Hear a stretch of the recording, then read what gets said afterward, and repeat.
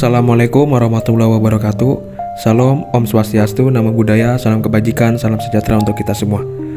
Perkenalkan, nama saya Muhammad Ramadan Fadilah dengan NIM 22882000039. Bersama rekan saya Asrinul Aini dengan NIM 22882000038. Pada kesempatan kali ini, kita berdua akan membahas mengenai materi dari autisme untuk memenuhi syarat dari UAS dari pembelajaran inklusi yang diampu oleh Bapak Dedi Mulia. Baik, langsung saja ke videonya. Kata autisme berasal dari bahasa Yunani yang terdiri dari dua kata, yaitu aut yang berarti diri sendiri dan ism yang berarti secara tidak langsung, orientasi atau arah kesadaran. Sehingga autism dapat didefinisikan sebagai kondisi seseorang yang luar biasa asik dengan dirinya sendiri. Menurut Reber di tahun 1985, dalam Trevarden dan kawan-kawan di tahun 1988, autisme merupakan suatu gangguan perkembangan yang kompleks yang berhubungan dengan komunikasi, interaksi, dan aktivitas imajinasi. Apabila ditinjau dari segi medis, anak autis adalah anak yang mengalami gangguan atau kelainan otak yang menyebabkan gangguan perkembangan komunikasi, sosial, perilaku pada anak sesuai dengan kriteria DSM-4, sehingga anak tersebut memerlukan layanan atau terapi secara klinis. Jika ditinjau dari segi psikologi, anak autis adalah anak yang mengalami gangguan perkembangan yang berat, bias diketahui sebelum usia 3 tahun. Aspek komunikasi, sosial, perilaku, serta bahasa, anak autis perlu adanya penanganan secara psikologis. Sedangkan, jika ditinjau dari segi sosial, anak autis adalah anak yang mengalami gangguan perkembangan berat dari beberapa aspek, yaitu ada bahasa, komunikasi, sehingga interaksi sosial anak ini memerlukan bimbingan agar dapat menyesuaikan dengan lingkungannya. Nah, setelah mempelajari pengertian anak autis dari berbagai tinjauan, saya akan membahas mengenai faktor utama penyebab terjadinya perilaku anak autis. Yang pertama ada faktor genetik, lalu yang kedua ada gangguan pada sistem, yang ketiga ada ketidakseimbangan kimiawi. Beberapa penelitian menemukan sejumlah kecil dari gejala autistik berhubungan dengan makanan atau kekurangan kimiawi di badan.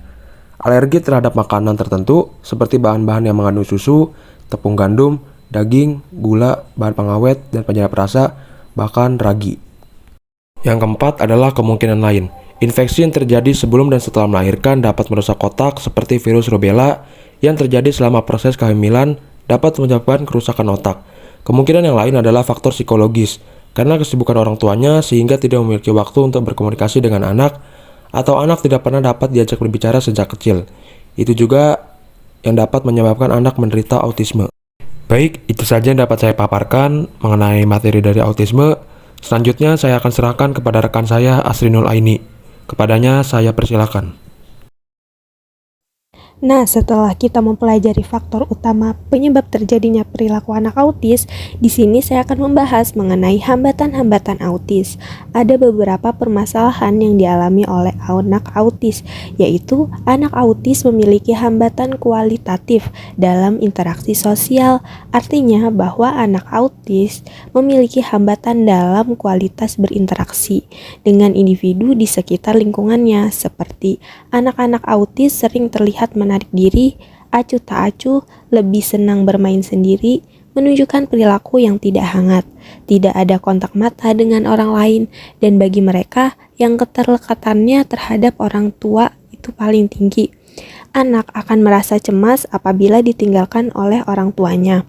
Nah, mereka yang mengalami kesulitan dalam memahami pembicaraan orang lain yang ditunjukkan pada mereka, kesulitan dalam memahami arti kata-kata, dan apabila berbicara tidak pada konteks yang tepat, sering mengulang kata-kata tanpa bermaksud untuk berkomunikasi, dan sering salah dalam menggunakan kata ganti orang.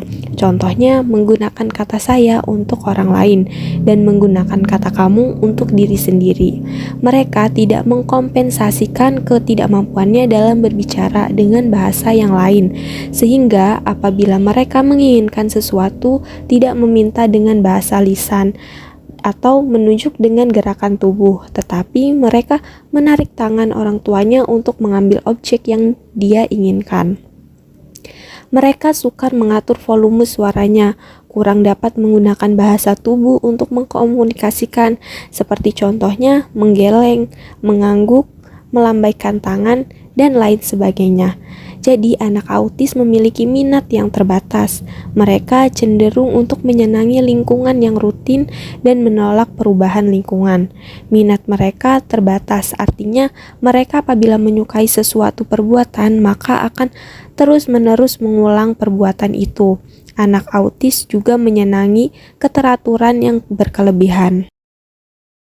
Nah, setelah mempelajari hambatan-hambatan anak autis, kita juga perlu mempelajari kebutuhan belajar anak dengan hambatan autis. Yang pertama, pengembangan kemampuan pemusatan, perhatian, persepsi, motorik, dan bahasa. Nah, pada keterampilan dasar ini merupakan kebutuhan yang akan membantu anak terutama untuk mempelajari materi pelajaran yang diikutinya, manakala mereka mengikuti kegiatan belajar mengajar. Yang kedua adalah keterampilan membaca, menulis, dan berhitung. Nah, pada keterampilan ini merupakan kebutuhan dasar untuk dapat mempelajari atau menguasai materi-materi pembelajaran. Jika anak belum mempelajari keterampilan ini, akan sulit bagi anak untuk dapat menyerap dan menambah pengetahuan yang dibutuhkannya agar dapat melanjutkan ke jenjang pendidikan yang lebih tinggi. Selanjutnya, yang terakhir ada layanan pendidikan yang baik untuk anak yang mengalami hambatan autis. Yang pertama, pendidikan inklusif adalah proses yang berjalan terus dalam usahanya untuk menemukan cara-cara merespon keberagaman individu anak. Yang kedua, pendidikan inklusif berarti memperhatikan cara-cara untuk meruntuhkan hambatan-hambatan anak dalam belajar. Yang ketiga, pendidikan inklusif membawa makna bahwa anak kecil yang hadir di sekolah berpartisipasi dan mendapatkan hasil belajar yang bermakna dalam hidupnya.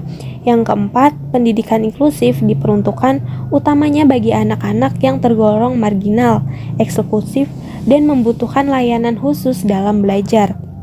Dalam pelaksanaannya, pendidikan yang diberikan untuk anak-anak yang berkebutuhan khusus perlu dilakukan dengan serius dan terencana.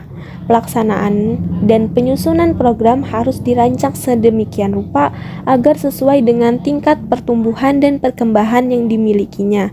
Dari keseluruhan jumlah anak usia sekolah, mungkin sebagian besarnya termasuk ke dalam golongan berkebutuhan khusus. Sekian yang kami dapat sampaikan mengenai dari pembelajaran autis, kebutuhan-kebutuhan belajar anak autis, hambatan anak autis, hingga kebutuhan pendidikannya. Kurang lebihnya mohon maaf. Wabillahi taufiq wal hidayah. Wassalamualaikum warahmatullahi wabarakatuh. Terima kasih dan selamat siang.